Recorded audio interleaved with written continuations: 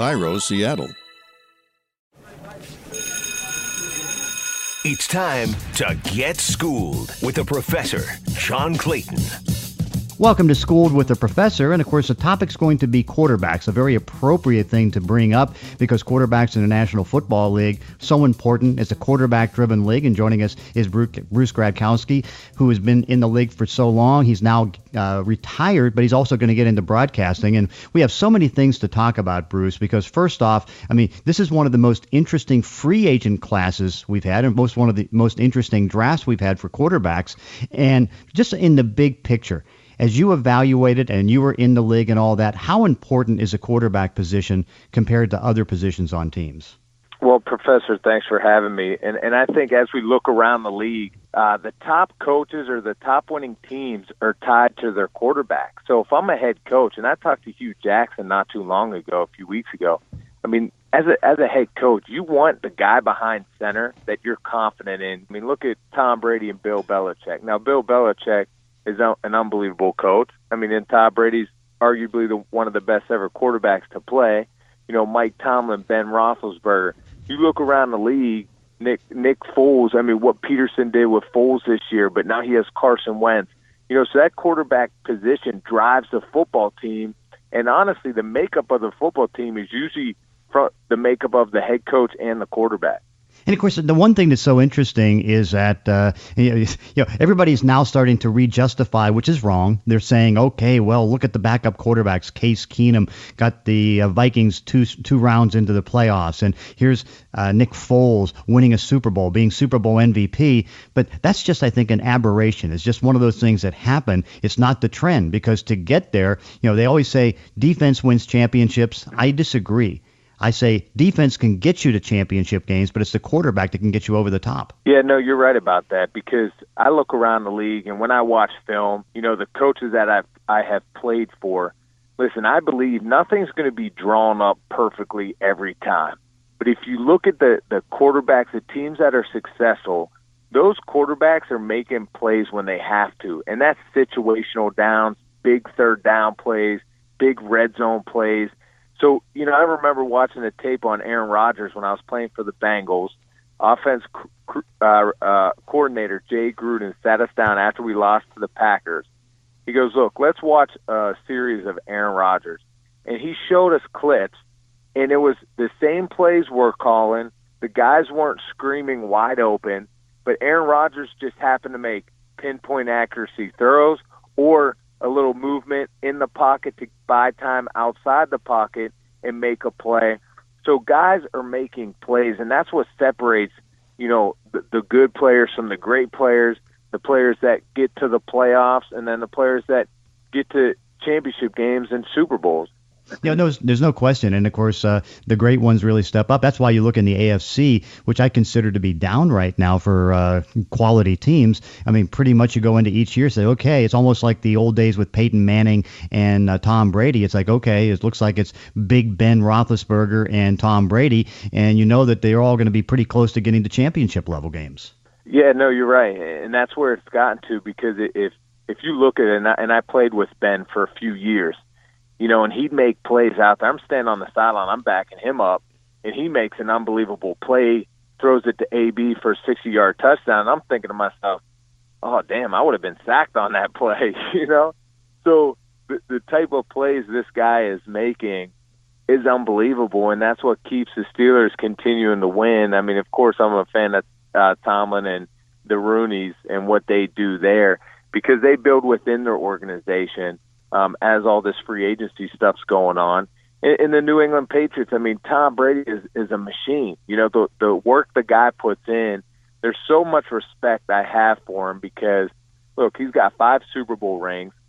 He's got, he's making a lot of money. He's made a lot of money. He's got a supermodel hot wife at home, and he continues to work harder like he's a guy just trying to make a team. No doubt. How do you look at the salary structure now? Because, I mean, you can see a guy like Jimmy Garoppolo, 7 starts. He takes it to $27.5 million. Kirk Cousins, who came into the league as a backup, he's now making $28.3 million as the highest paid player in NFL history. It's a big chunk to pay a quarterback. It eats up a lot of your cap room, but of course, do you have any other choice? Well, Professor, I'm trying to loosen up my shoulder right now, see if I could get back in the game. The way I see this money getting thrown around. But I look at it too, and it's just the right timing and right situation. I mean, look at Chase Daniels. He's turning 33. He's made $33 million in his career, and he hasn't started that many games. I mean, he's thrown 3 passes in the last 3 years, and he just got a 2-year deal of $10 million. So it's the right situation, playing for the right coaches and behind the right guys. I mean, coaches seem to sought after those guys that are behind Tom Brady, behind Drew Brees, because they know they've been coached well, they've learned professionally from the best. And sometimes, honestly, I look back, though, like the Kirk Cousins situation. I'm a fan of his. I think he's a good player. But he started off slow his career with the Redskins, him and Colt McCoy, that one season starting a few games each.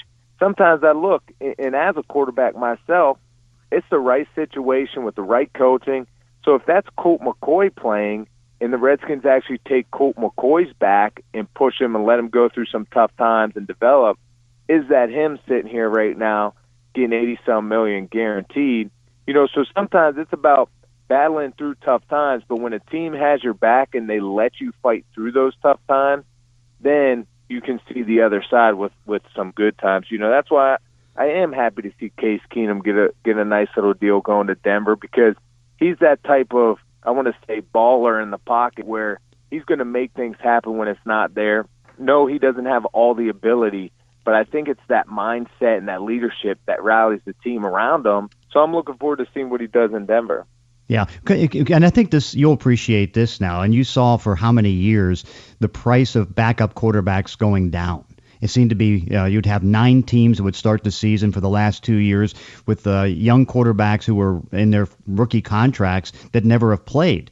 And then you watch the average salary go down from like the $4 million deals to the $2 million deals, to the point where last year, I mean, you had Nick Foles at 5.5. I think you had Matt Moore at $4 million, and everybody else was like in the 3s or mostly in the 2s or less.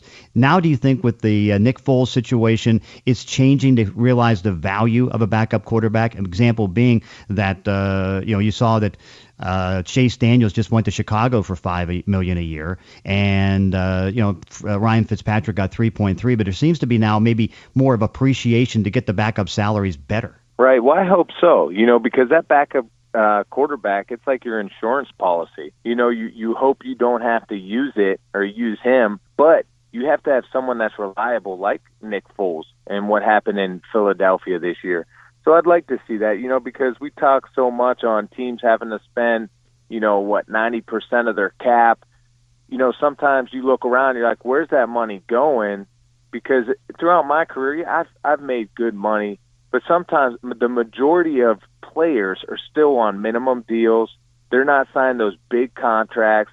Now teams are getting younger. Veterans are kind of getting pushed to the side because of these deals. They're spending a lot of money on their young players. Like you look at the Browns. The Browns, I like what they're doing right now, but because they have a lot of players in that locker room that last year they didn't have an option on who to play, and they need some more veterans to step up and say this is how it's done.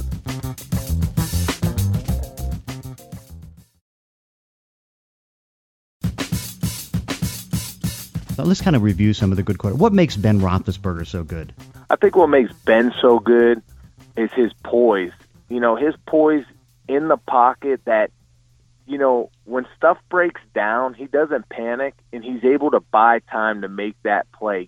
So if it is 3rd and 10, Ben understands that, and sometimes it'll make coaches go nuts, but he won't take the check down because he's like, it's 3rd and 10, that's not going to give me the first down. So he'll buy some time. AB breaks loose, boom, he hits AB, first down. Chains keep moving. So Ben's the type of guy, like now later on in his career, he's really stepped up his game and his mentality, his mental capacity, because the way he manages the offense now, he's a true pro, and that's how he's handling it. So he is taking checkdowns. He's doing what he's coached do, but he always has that extra, I want to say, baller to him. When stuff's not there, he's going to buy some time and make a play.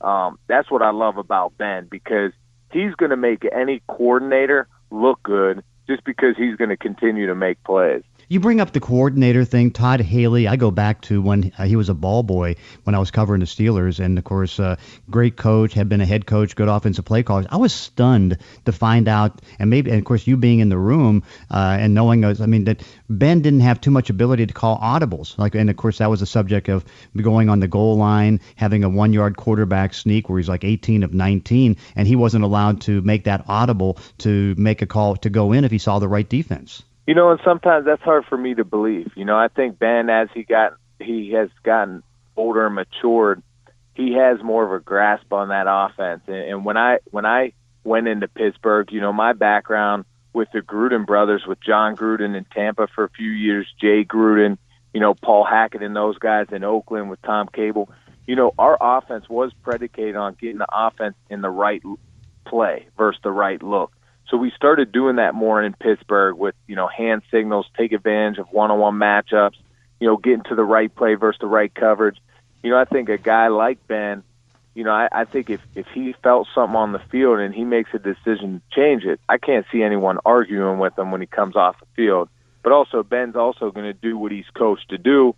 And I wasn't in that locker room last year, so it's hard for me to truly judge or know the facts, but I think Todd Haley's going to do a good job in Cleveland. He has a good mind for offensive football, and he also tries to work within the scheme with the players he has. Because you studied the game and studied the tape, who do you think are quarterbacks that are going to merge as the next great ones? That's a tough question. I've been studying these guys coming out in the draft. Sam Darnold, Josh Allen, Lamar Jackson, Baker Mayfield, Josh Rosen. And sometimes I'm studying these guys that if I had to pick a quarterback, and when I go through that and I have to pick a quarterback, I want that guy with the mentality. Like, I like Sam Darnold. He played linebacker in high school. And you being a Braddock, Pennsylvania guy, you know what toughness is all about. Mm-hmm. Lamar Jackson, he can buy time with his legs. He'll get better in the passing game. Those are the things I like. Josh Allen, big, strong kid, unbelievable arm. I always think it's the situation that these guys go to. If someone gets tied in with an Andy Reid like Pat Holmes is, if someone gets tied into Peterson with Philadelphia, Belichick, the Saints, those guys are going to develop good young quarterbacks. So if I'm a young quarterback, that's where I want to be. Now, I look at Andrew Luck. I'd love to see that guy bounce back from the shoulder because he's an unbelievable. I'm a fan of his. Russell Wilson, I've always been a fan of his because I feel like he's got it. He's able to make plays when it doesn't break down. And your Seattle boys out there, I want to see what all this shakeup's all about. I want to get some info off of you with some of the coaches being gone, a ton of the players, the big boom package out there is gone. So what's happening out there? But so a lot of these young quarterbacks, they got to continue to grow and develop, and we'll see what the next trend is because sooner than later, you're not going to have a Tom Brady or Ben Roethlisberger anymore. Is the league good enough with the quarterbacks that are there that once Brady, Brees, Ben get out of the game, that it'll be okay?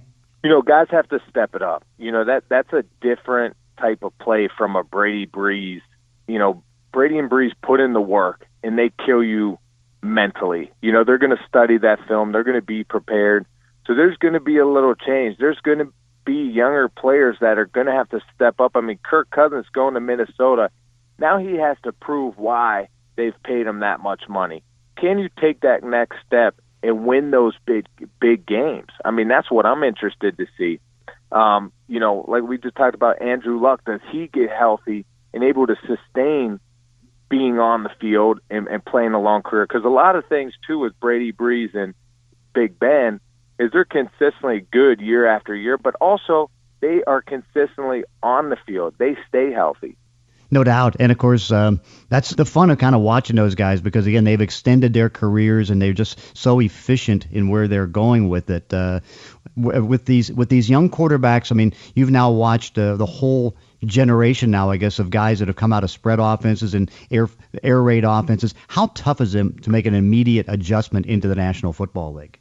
It's tough because these guys in college, they're not getting the coaching they need for the next level. A lot of stuff they're running are RPOs, run pass options. So they have reads on every play to either hand the ball off or based on what a linebacker does or safety does, they throw the football. it's not talking. They're not talking a lot of footwork and technique, and so even the top draft picks this year. So coming out, there is going to be an adjustment period, and that's why it's so important at the NFL level that they get with good coaches, and that's where the development's going to come from. Now you'll have guys that are a different breed, and they come more ready to play. I think Josh Rosen's a super smart guy. I think there's some worries about how much he truly cares about the game and the time he'll put in. Will he clash with coaches? I don't know that, but it's all the situation. So these young guys coming out of college, if I'm a guy like a Logan Woodside out of Toledo, I think he's a sleeper. And I'm not just saying that because I was from Toledo, but watching him at the Combine, his footwork looked good. He's accurate. He's got a good enough arm. I hope he goes to the Saints because he'll learn good football and get to learn under a good quarterback. Because it looks like you've really studied the draft. I mean, my pick for Cleveland at number 1 is not the running back, and particularly after they signed Carlos Hyde, they don't have to take Barkley at number 1. But I'd have to think that Sam Darnold's got to be their guy. I think you're right. And I was leaning towards Barkley, but now with the making moves, getting Carlos Hyde, I mean, Cleveland's really making some moves, and it's cool to see because they go out, they get Tyrod Taylor. I like Tyrod Taylor because he's athletic and he has a strong enough arm. Now, you worry, will he take shots downfield because he's known as a check down king? But I'd rather that. The Browns last year turned the ball over a ton inside the red zone. When you're in that red zone, you have to get points at the least. So with Tyrod Taylor, you're going to have a guy that protects the football, but the coaches are also going to coach him up and set him up for some play action passes downfield and take shots. I mean, you got Gordon outside, and now with Jarvis Landry, you have 2 beasts on the outside that you can now take shots. So they've made some tremendous moves, and I agree. Now you could take Sam Darnold at number 1, let him develop behind Tyrod Taylor, and now you have your quarterback of the future while you use Tyrod as a bridge gap until that happens. Yeah, it's going to be kind of fun now. And finally, if you had to pick a backup quarterback right now, who would you say the best backup quarterback in football is? Man, that's a great question. I mean, you have to probably go with Nick Foles because he just won a Super Bowl, right? Right. But I don't know. I've always liked Chase Daniels. I think him going to the Bears, he's just been a solid quarterback. He's not the tallest guy ever, but anytime he's out there and he plays, he's consistent and he plays well. So I could see why teams pay him to be their backup quarterback. Josh McCown, I love. Now he's going to go to New York for another year as the starter. But now also that's a situation if a young quarterback goes to, Josh McCown is a great veteran to learn from. So I've been a big fan of Josh McCown. He's stuck around for the longest time. And I have to say, Bruce Gradkowski, John, I might have to lube up this shoulder and get going again. Well, you can do that. And, of course, there's plenty of openings around the National Football League. Hey, Bruce, thanks so much for joining us with Schooled with the Professor. Professor, it's always a pleasure. And that does it for this week's podcast. In between episodes, you can follow me on Twitter at Clayton ESPN. If you enjoy these weekly one-on-one conversations, consider leaving a review on iTunes or wherever you're listening to the show. Thanks for listening. See you next time on Schooled with the Professor.